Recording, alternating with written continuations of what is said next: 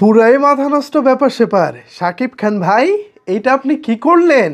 মাত্র 24 ঘন্টায় 35 লাখ, এটা ভাবা যায়? কি করেছে শাকিব খানের বরবাদ এইটা? ভিউয়ার্স, আমি তো ভাবতে আমি অবাক হয়ে যাচ্ছি। মাত্র 24 ঘন্টারও কম সময়ে অফিসিয়াল মাধ্যম শাকিব খানের ফেসবুক পেজ এবং ইউটিউব চ্যানেল, এই দুই মাধ্যম থেকে এখনো পর্যন্ত 35 লক্ষ ভিউজ চলে এসেছে।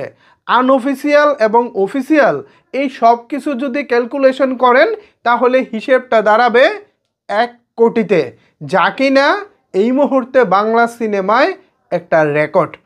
যেখানে বাংলাদেশের বর্তমান পরিস্থিতি up and down up and down up and down, মানে এই উঠতেছে এই নামতেছে, পরিস্থিতি কখন ভালো হয় কখন মন্দ হয় বলা যাচ্ছে না। ঠিক সেই সময় শাকিব খানের বরবাদের এই সাকসেস সত্যি ভাই মানতে হবে। শাকিব খান ভাই, you are king of Bangla cinema. এই যে শাকিব খানকে ভিন্নভাবে ভিন্ন আবহে নিয়ে আসাটা, এর পিছনে দুটি মানুষের কথা আজকের এই ভিডিওতে না বললেই না। শাকিবিয়ানরা, আজকের এই ভিডিওতে দুজন গুরুত্বপূর্ণ মানুষ নিয়ে কথা বলবো। আশা করি ভিডিওটি শুরু থেকে শেষ পর্যন্ত দেখবেন এবং শেষে গিয়ে আপনারা আপনাদের মূল্যবান মতামত নিচের কমেন্টস বক্সে জানাবেন। তো চলেন বিশেষ সেই দুজন মানুষকে নিয়ে আলোচনা করা যাক। আপনাদের সাথে রয়েছি আমি ওয়াসিম। ভিউয়ার্স, যেমনটা থাম্বনেইলে এতক্ষণ দেখেছেন, মেহেদী হাসান হৃদয়ের দুপাশে দুজন মানুষ আছে। একজন হচ্ছেন শ্রীলঙ্কার নাগরিক, ওনার নামটা এই মুহূর্তে আমার মনে পড়তেছে না, এবং আরেকজন হচ্ছেন শাহরিন আক্তার সুমি। শ্রীলঙ্কান যে নাগরিকের কথা বলতেছি উনি হচ্ছে তার হাজব্যান্ড, মানে শাহরিন আক্তার সুমির হাজব্যান্ড। উনি বাংলাদেশি সুমি এবং হচ্ছে ওই ভদ্রলোক হচ্ছে শ্রীলঙ্কার নাগরিক। ওই শ্রীলঙ্কার নাগরিক এবার ইনভেস্ট করেছেন শাকিব খানের উপরে। 15 কোটি টাকার উপরে বাজেট ইনভেস্ট করেছেন বাংলাদেশি একজন নায়কের উপরে।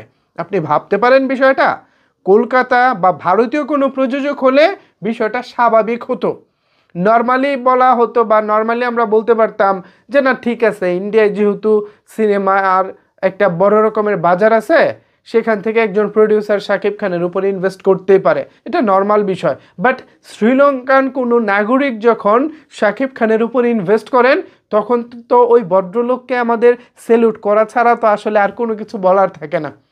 ওই ভদ্রলোক, আমি ওনাকে আমার অন্তরের অন্তরস্থল থেকে ধন্যবাদ জানাচ্ছি এবং আশা রাখবো উনি এই ধারাবাহিকতাটা ধরে রাখবেন।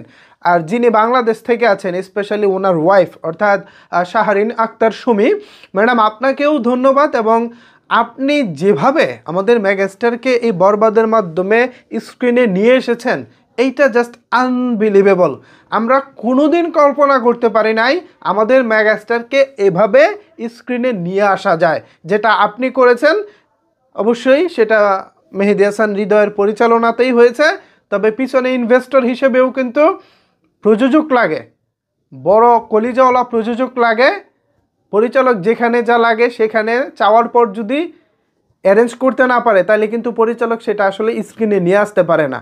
সো এখানে অবশ্যই দুই প্রযোজক যারা ছিলেন বা আছেন তারাই মূলত এখানে মেন ফ্যাক্ট।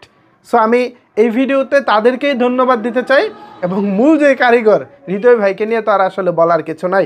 ভিউয়ার্স, আপনাদের যদি কোনো কিছু বলার থাকে ওনাদের দুইজন স্পেশালি এই পুরো ভিডিওটা নিয়ে, তাহলে অবশ্যই সেটি নিচের কমেন্টস বক্সে জানাতে পারেন। ধন্যবাদ সবাইকে এতক্ষণ আমার সাথে থাকার জন্য।